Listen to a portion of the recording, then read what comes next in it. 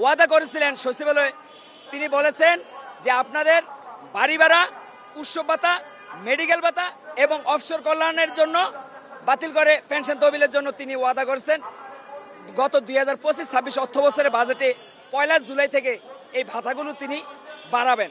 যৌক্তিকভাবে আমরা সে আশা রয়েছিলাম, কিন্তু গত 22 জুন এই জাতীয় বাজেটে চূড়ান্তভাবে বাজেট ঘোষণা করে এর মধ্যে 3,500 কোটি টাকা বরাদ্দ রাখা হয়েছে অতিরিক্ত এই ভাতাগুলো বাড়ানোর জন্য।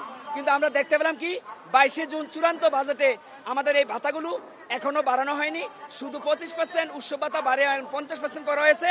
তো আমার দুঃখ হয় স্বাধীনতার 54 বছরে একজন পিয়ন থেকে শুরু করে প্রধান শিক্ষক পর্যন্ত মাত্র 1,000 টাকা বাড়ি ভাড়া, এটা জাতির জন্য একটা কলঙ্কজনক লজ্জা। জুলাই আগস্টে যেই বৈষম্যের বিরুদ্ধে আমাদের আন্দোলন ছাত্র জনতা জীবন দিয়েছিল, আমরা চাই সেই বৈষম্য যেন আর বাংলাদেশে না থাকে। সেজন্য এমপিওভুক্ত শিক্ষকদেরকে অবশ্যই খুব দ্রুত সময়ের মধ্যে জাতীয়করণ দিতে হবে। যতদিন পর্যন্ত এই প্রসেসিং চলবে ততদিন পর্যন্ত সরকারি নিয়মে 45% বাড়ি ভাড়া, পাশাপাশি অন্যান্য যে সুযোগ সুবিধা সেটা দিতে হবে, এবং পাশাপাশি জাতীয়করণের যে সেই প্রসেস তাদের চলমান রাখতে হবে। যদি এটা দ্রুত সময়ের মধ্যে না করে তাহলে আমরা শুধু আজকে শিক্ষকরা এখানে এসেছে, পরবর্তীতে আমরা শিক্ষার্থীদেরকে নিয়েও তাদের শিক্ষকদের সম্মান রক্ষার্থে আমরা রাজপথে নামতে বাধ্য হব। এখন আমাদের দাবি হচ্ছে বৈষম্যহীন শিক্ষা। শিক্ষকরা হবে বৈষম্যহীন, বেশিরভাগ শিক্ষক বেসরকারি, বেশিরভাগ শিক্ষার্থী বেসরকারি, কিন্তু সরকারি শিক্ষকরা সুবিধা পায়, বেসরকারি শিক্ষকরা তার অর্ধেক বেতন পায় হিসাব করলে। তাহলে আমরা মানুষ গড়তেছি, আমরা মানুষ গড়ার কারিগর।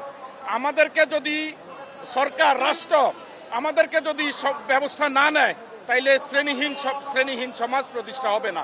আজকে আমরা যে আন্দোলন করতে এসেছি, এখানে আমাদেরকে বাড়ি ভাড়া 20% দেওয়ার একটা আশ্বাস দিয়েছেন। আমরা আশ্বাসে বিশ্বাসী না, আমরা চাচ্ছি বাস্তবসম্মত ব্যবস্থা গ্রহণের জন্য, এবং মেডিকেল ভাতা 500 থেকে উন্নীত করে 1,000 টাকা করার ঘোষণা দিয়েছে। আমরা এটা মেনে নিয়েছি, তবে আমাদের বাকি যে দাবিগুলো রয়েছে, প্রতিষ্ঠান জাতীয়করণ এবং শিক্ষক সমাজের দুর্দশা থেকে তাদেরকে মুক্তিদান।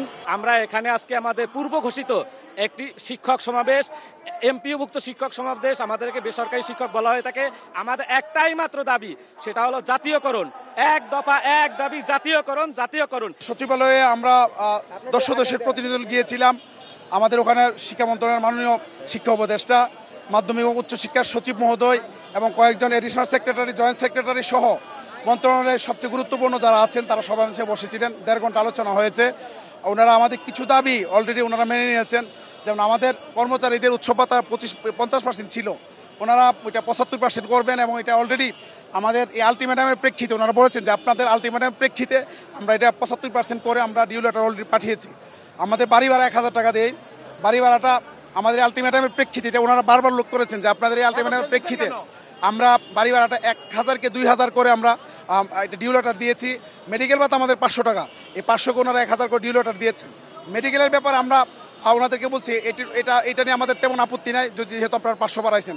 কিন্তু বাড়ি ভাড়ার ব্যাপারে আমরা ওনাদেরকে বলছি যে বাড়ি ভাড়া কোনো অবস্থাতেই আমরা এই থুক বরাদ্দ মেনে নিব না।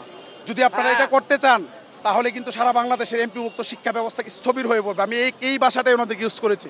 ওনারা আমাকে বলছেন যে 1,000 টাকা আপনার বাড়াইছি, 1,000 টাকা থেকে 2,000, মানে 100 গুণ বাড়ানো। আমি উপদেষ্টা মহোদয়কে বলছি, মাননীয় উপদেষ্টা, এটা শুভঙ্করের ফাঁকি। গত সরকার 100 টাকাকে 400 টাকা করে বলছিল, 300 গুণ বাড়ানো হয়েছে। এটা শিক্ষক সমাজ মেনে নিবে না। আপনাকে একেবারে আমাদের একটাই দাবি, সেটা হচ্ছে আমাদের বাড়ি ভাড়া আপনাকে অবশ্যই পার্সেন্ট আকারে দিতে হবে। উনি আমাদের পার্সেন্ট আকারে বাড়ি ভাড়া দেওয়ার বিষয়টি মেনে নিয়েছেন।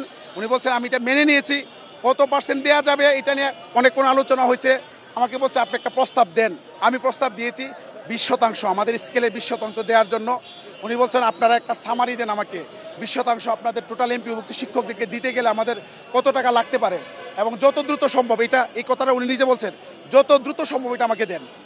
আমরা বলছি আমরা দিচ্ছি। ওনারা বলছেন আমরা একটা সামারি করে, আমাদের তো বাজেট পাস হয়ে গেছে, এটার জন্য বরাদ্দ নাই, দেখি আমরা কতটুকু কী করতে পারি। আমি ওনাকে আবার বলছি যে আপনারা যে উৎসব ভাতা বাড়াইলেন, ওখানেও কিন্তু বরাদ্দ ছিল না, এটা কিন্তু আপনারা ম্যানেজ করেছেন।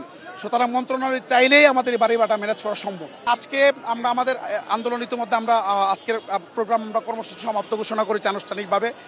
আগামী মাসের 14 তারিখ যদি এর মধ্যে 1 মাসের মধ্যে যদি দাবি মানা না হয়, আগামী মাসের 14 তারিখ সারা বাংলাদেশের সকল এমপিভুক্ত স্কুল কলেজ মাদ্রাসা এবং কারিগরি প্রতিষ্ঠানে অর্ধ দিবস কর্মবিরতি পালিত হবে এবং 15 এবং 16 তারিখ সারা বাংলাদেশের এমপিভুক্ত সকল শিক্ষা প্রতিষ্ঠানে স্কুল কলেজ মাদ্রাসা পূর্ণ দিবস কর্মবিরতি পালিত হবে। এরপরও যদি সরকার মেনে না নেয় 12 সেপ্টেম্বর থেকে দাবি না মানার আগ পর্যন্ত এই প্রেস ক্লাবে লাগাতার অব্যাহতভাবে আমাদের কর্মসূচি চলবে।